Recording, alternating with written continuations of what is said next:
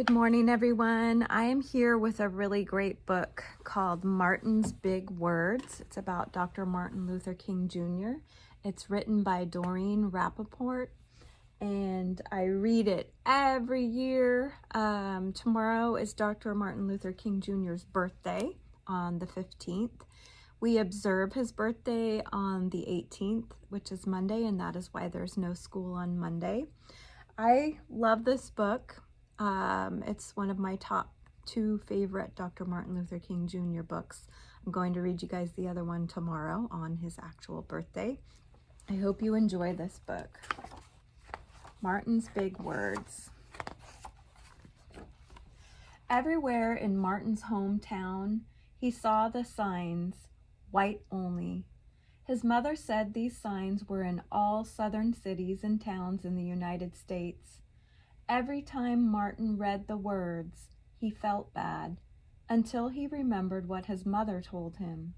You are as good as anyone. In church, Martin sang hymns. He read from the Bible. He listened to his father preach. These words made him feel good. When I grow up, I'm going to get big words too. Martin grew up. He became a minister like his father, and he used the big words he had heard as a child from his parents and from the Bible. Everyone can be great. He studied the teachings of Mahatma Gandhi. He learned how the Indian nation won freedom without ever firing a gun. Martin said love when others said hate. Hate cannot drive out hate. Only love can do that. He said together when others said separate. He said peace when others said war. Sooner or later, all the people of the world will have to discover a way to live together. In 1955, on a cold December day in Montgomery, Alabama, Rosa Parks was coming home from work. A white man told her to get up from her seat on the bus so he could sit. She said no and was arrested. Montgomery's black citizens learned of her arrest. It made them angry. They decided not to ride the buses until they could sit anywhere they wanted. For 381 days, they walked to work and school and church. They walked in rain and cold and in blistering heat.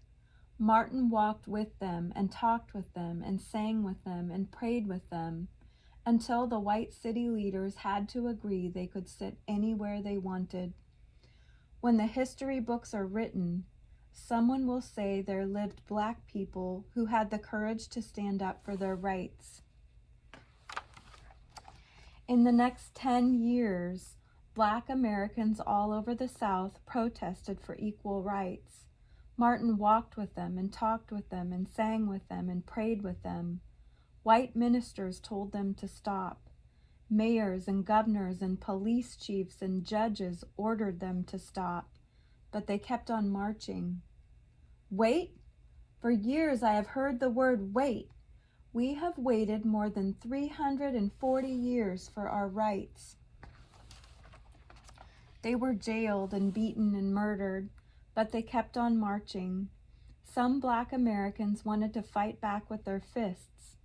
Martin convinced them not to by reminding them of the power of love. Love is the key to the problems of the world. Many white Southerners hated and feared Martin's words. A few threatened to kill him and his family. His house was bombed. His brother's house was bombed, but he refused to stop. Remember, if I am stopped, this movement will not be stopped, because God is with this movement. The marches continued. More and more Americans listened to Martin's words. He shared his dreams and filled them with hope.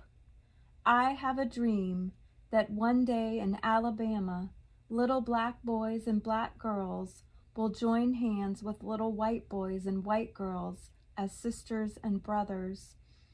After 10 years of protests, the lawmakers in Washington voted to end segregation. The white-only signs in the South came down. Dr. Martin Luther King Jr. cared about all Americans. He cared about people all over the world, and people all over the world admired him. In 1964, he won the Nobel Peace Prize. He won it because he taught others to fight with words, not fists. Martin went wherever people needed him. In April 1968, he went to Memphis, Tennessee. He went to help garbage collectors who were on strike. He walked with them and talked with them and sang with them and prayed with them. On his second day there, he was shot. He died. His big words are alive for us today. And that is the end of the story. I hope you enjoyed it. I hope you enjoy learning more about Dr. Martin Luther King Jr. Tomorrow's book is great too. It's a book about his famous speech. So I will see you back here tomorrow, guys. Bye.